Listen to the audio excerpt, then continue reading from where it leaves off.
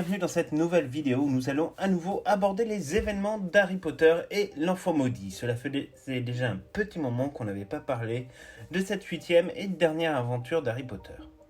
On sait tous, lorsque le livre de la pièce de théâtre Harry Potter et l'Enfant Maudit est sorti, on a entendu tout et n'importe quoi et c'est encore le cas aujourd'hui. Ce 8e tome est loin de faire l'unanimité des fans et cela tient à plusieurs explications. En effet, il est rare aujourd'hui de voir un best-seller sortir sous la forme théâtrale. Et il est fort probable que de nombreux lecteurs se soient confrontés pour la toute première fois à ce style littéraire très particulier et qui est un exercice pour le moins très différent que celui qui consiste à se plonger dans les pages épaisses d'un roman comme ce fut le cas pour les 7 premières aventures de Harry Potter. En effet, le propre d'une pièce de théâtre, c'est surtout d'être vu et d'être apprécié comme n'importe quel spectacle vivant. Il est vrai que la problématique de Harry Potter et l'Enfant Maudit, c'est que les représentations de ce spectacle ne sont pas légion dans la mesure où l'on peut la trouver pour le moment uniquement en Angleterre, aux États-Unis, en Allemagne ou en Australie et bientôt au Japon. On vous a déjà fait une vidéo sur la possibilité d'avoir la pièce prochainement à Paris. Compte tenu de la situation de crise que nous connaissons avec le Covid-19, cette perspective est désormais bien lointaine. La lecture d'une pièce de théâtre demande en effet une très grande capacité d'imagination pour se représenter ce que peut donner un tel spectacle sur scène. Cela est très différent de transposer là aussi un roman au cinéma par exemple. De plus, et on le voit un peu chaque jour sur les groupes Facebook de fans français, de nombreux fans ne connaissent pas du tout les livres et n'ont vu que les films. Espérons pour beaucoup d'entre eux qu'ils auront le bonheur un jour d'ailleurs de se plonger dans ces romans extraordinaires et bien plus fournis que les films. Du coup, Harry Potter et l'Enfant Maudit, dont l'adaptation au cinéma ne se fera pas avant plusieurs années, présente la double difficulté de sa nature, mais aussi du fait qu'il est aujourd'hui impossible de le voir si l'on ne comprend pas l'anglais ou l'allemand pour le moment. Ainsi, Harry Potter et l'Enfant Maudit jouit d'une mauvaise réputation dans la communauté de fans et de nombreuses contre-vérités sont dites à son sujet. Nous aurons l'occasion de vous en reparler dans plusieurs vidéos évidemment, mais on va surtout aujourd'hui s'attaquer à un recueil en particulier, celui concernant le Retourneur de temps. Mais avant tout, l'une des plus grosses contre-vérités que l'on voit surgir de manière régulière, y compris dans les commentaires à nos vidéos, c'est que Harry Potter et l'Enfant Maudit ne serait qu'une fanfiction à laquelle J.K. Rowling aurait donné son accord. Bon, on arrête là tout de suite le délire, et il suffit d'ailleurs de lire la couverture du livre pour s'en rendre compte. Harry Potter et l'Enfant Maudit est issu d'une nouvelle histoire originale créée par J.K. Rowling et qui a été adaptée et produite au théâtre par John Tiffany et Jack Thorne, qui sont deux d'ailleurs figures du milieu culturel londonien et qui ont réalisé de nombreux spectacles à très grand succès. Dans le cadre de ce partenariat, J.K. Rowling, comme à son habitude, n'a laissé quasiment aucune amplitude à ses deux collègues dans la rédaction de l'histoire en elle-même. Cela ne veut pas dire qu'elle a écrit chaque dialogue, mais que, en tout cas, chaque idée, chaque phrase a fait l'objet de sa surveillance permanente et de son accord obligatoire. On ne touche pas à Harry Potter comme ça. Il s'agit donc bel et bien de la 8e aventure de Harry Potter qui est aussi officielle que peuvent l'être les 7 précédentes aventures de notre héros préféré. D'ailleurs, cette histoire avait déjà été esquissée par J.K. Rowling dans un documentaire de la BBC qui suivait sa dernière année d'écriture pour Harry Potter et les reliques de la mort. Le journaliste avait interrogé J.K. Rowling sur l'avenir des personnages et leur descendance après les événements de la bataille de Poudlard, et au moment d'ailleurs d'évoquer la descendance de Harry et Ginny Potter, J.K. Rowling avait bien pris le soin d'évoquer le sort d'Albus Severus Potter, en notant que ce personnage l'intéressait particulièrement. L'idée était donc bien présente, même si Rowling n'a pas voulu se relancer tout de suite dans une nouvelle série de livres. L'écriture de Harry Potter a représenté plus d'une quinzaine d'années pour elle, et on peut comprendre qu'elle ait eu besoin de penser à autre chose, d'où ses nombreux romans depuis, et qui n'ont absolument rien à voir avec le Wizarding World. Une place à prendre, par exemple aux éditions Grasset, et la série des Cormoran Strike qui a été publiée sous pseudonyme à l'origine, pour justement échapper à la pression qu'elle a subie sur les Harry Potter. Ainsi, dire qu'Harry Potter et l'Enfant Maudit n'est pas une aventure officielle est totalement faux et surtout démontre une méconnaissance profonde de la manière dont J.K. Rowling contrôle l'ensemble de son œuvre. Mais aujourd'hui, c'est bien la question du retourneur de temps que nous allons nous attaquer. En effet, de nombreux fans, encore aujourd'hui, pointent la cohérence, selon eux majeure, de l'utilisation d'un retourneur de temps alors que ceux-ci ont été détruits par le ministère de la Magie. Alors, vrai ou faux, on va faire le point sur cette histoire des retourneurs de temps. J.K. Rowling a en effet fourni un certain nombre d'informations sur Pottermore qui permettent de se faire une rapide idée sur l'histoire de cet instrument magique.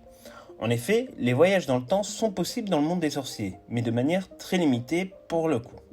au ministère de la Magie mène de nombreuses études et expériences sur la magie temporelle et les risques qui en découlent. Un scientifique, d'ailleurs, a passé sa vie à étudier la magie temporelle pour le compte du ministère. Il s'agit de Saul Funestar. Il note dans son rapport que, pour le moment, les enquêtes du département des mystères ne permettent pas d'affirmer que l'on peut remonter le temps uniquement sur un délai maximal de 5 heures. Selon lui, cette période permet en réalité de préserver la sécurité du sorcier qui s'adonne à cet exercice, mais évite également de générer des préjudices graves sur le bon déroulement du temps. Il affirme également que le département des mystères a réussi à fabriquer de nombreux retourneurs de temps pour cela. Il donne même la recette, puisqu'il suffit en réalité d'introduire plusieurs sortilèges d'inversion du temps et qui sont des sortilèges quand même très instables et qui ont donc besoin d'être confinés, et de les installer dans des sortes de sabliers.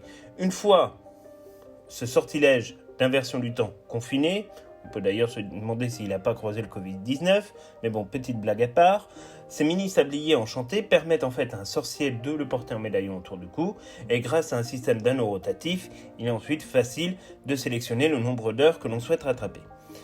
Il est cependant bel et bien possible de retourner dans le passé bien plus que 5 heures avant l'utilisation du retourneur de temps. On peut même voyager sur des centaines d'années. La plupart des sorciers qui ont tenté de remonter le temps profondément ont généralement connu des destins bien funestes, et très peu y ont survécu. Le département des mystères menait des expériences jusqu'en 1899 de voyage dans le temps à des centaines d'années de distance de la date d'origine. Ils arrêtèrent à cette date lorsqu'Héloïse Roulet-Boulet se retrouva bloquée pendant 5 jours en 1402. À son retour en 1899, son corps avait vieilli de plus de 5 siècles et ses blessures furent tellement incurables que même les sorciers de l'hôpital Sainte-Mangouste pour les maladies et blessures magiques n'arrivèrent pas à prolonger sa vie. De plus, le ministère de la Magie se rendit compte que ces 5 petites journées avaient changé l'existence de toutes les personnes qui avaient croisé le chemin d'Héloïse Roulet-Boulet. 25 de leurs descendants se volatilisèrent littéralement dans le présent, leur naissance ayant été totalement annulée à cause des événements modifiés dans le passé lors de ce voyage dans le temps. On remarque également que la magie phénoménale utilisée pour voyager à près de 500 années de distance avait eu un impact non négligeable sur le cours du temps. Rowling explique par exemple que le mardi qui suivit le retour d'Héloïse, la journée dura 48 heures, alors que la journée du jeudi, elle, s'acheva en seulement 4 heures. Le ministère de la Magie a établi, depuis ces incidents, des règles extrêmement strictes sur l'utilisation des retourneurs de temps et sur les expérimentations conduites sur les voyages dans le temps.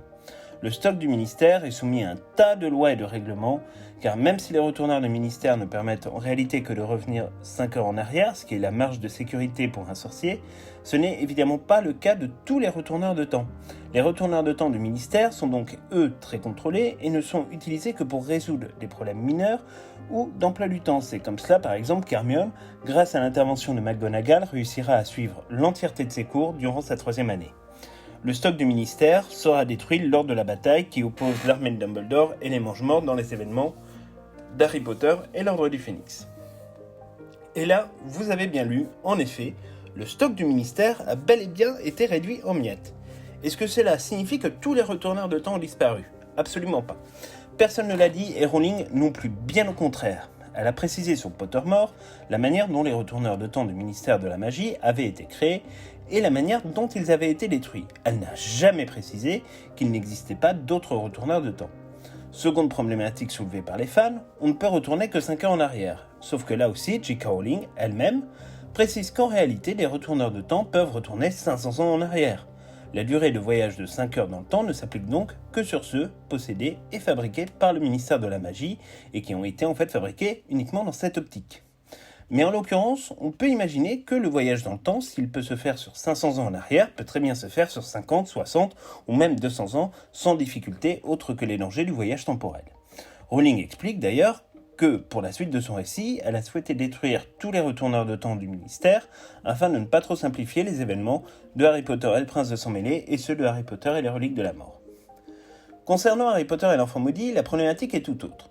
Car si en effet Albus Severus Potter, Scorpius Malfoy et Delphi Lestrange alias Auguré mettent la main sur un retourneur de temps au ministère de la Magie, il s'agit d'un retourneur saisi au début de la pièce par Harry Potter lors d'une perquisition chez un particulier, en l'occurrence un de ses anciens camarades de classe, Théodore Nott, qui était à la maison Serpentard en même temps que Drago Malfoy.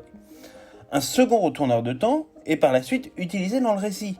Et là aussi, ce n'est pas un retourneur de ministère, mais bel et bien un retourneur de temps fabriqué pour Lucius Malfoy et qui aurait pu lui permettre, par exemple, de faire revenir Voldemort notamment. Mais il ne s'en est jamais servi, ce retourneur de temps est resté dans la chambre secrète des Malfoy, bien à l'abri des regards indiscrets, jusqu'à ce que le trio et Drago aient l'utilité de ce retourneur de temps pour retourner à Godric Hollow la nuit du 31 octobre.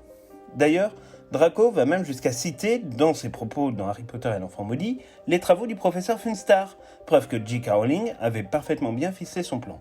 A noter que si le ministère de la Magie s'était aperçu plus tôt que Malfoy détenait un retourneur de temps aussi puissant, il aurait été bon pour un aller simple vers Azkaban. Alors, en effet, les enfants Potter et Malfoy voyagent dans le temps sur une période d'une 30aine d'années, et donc plus loin que les 5 heures dont nombre de fans parlent. Et alors, si on peut voyager sur 500 ans, encore une fois, pas de problématique particulière, d'autant plus que les conséquences engendrées par les multiples voyages d'Albus et de Scorpius ont eu des répercussions absolument colossales sur le monde magique, et pas seulement les conséquences, qui sont très lourdes, mais aussi pour tous les héros, dont même Harry Potter qui est littéralement effacé lors d'un voyage qui a mal tourné. Bref, difficile de dire que Rowling se contredit ou que le livre est incohérent. Les écrits de Rowling sur Pottermore sont des notes qu'elle a prises durant l'élaboration du 3e puis du 5e tome de Harry Potter, donc bien avant la rédaction de la 8e et pour le moment dernière histoire de Harry Potter. Le plan était ficelé, malin, et comme d'habitude, Harry Potter et l'Enfant Maudit livrent une histoire certes sous une forme différente, pleine de rebondissements, mais qui font passer de nombreux et puissants messages. Mais sur cela, nous reviendrons prochainement dans nos nouvelles vidéos consacrées à Harry Potter et l'Enfant Maudit.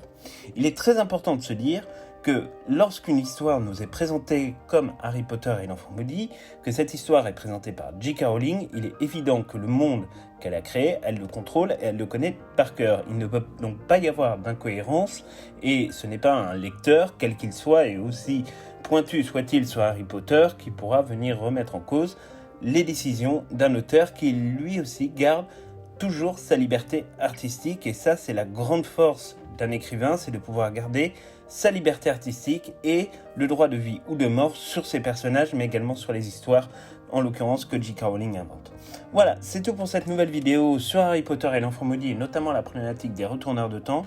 On espère que cette vidéo vous aura plu, n'hésitez pas à regarder nos anciennes vidéos, à vous abonner à notre chaîne YouTube, et également à activer les notifications pour être tenu en temps réel de la sortie de nos prochaines vidéos. À très bientôt.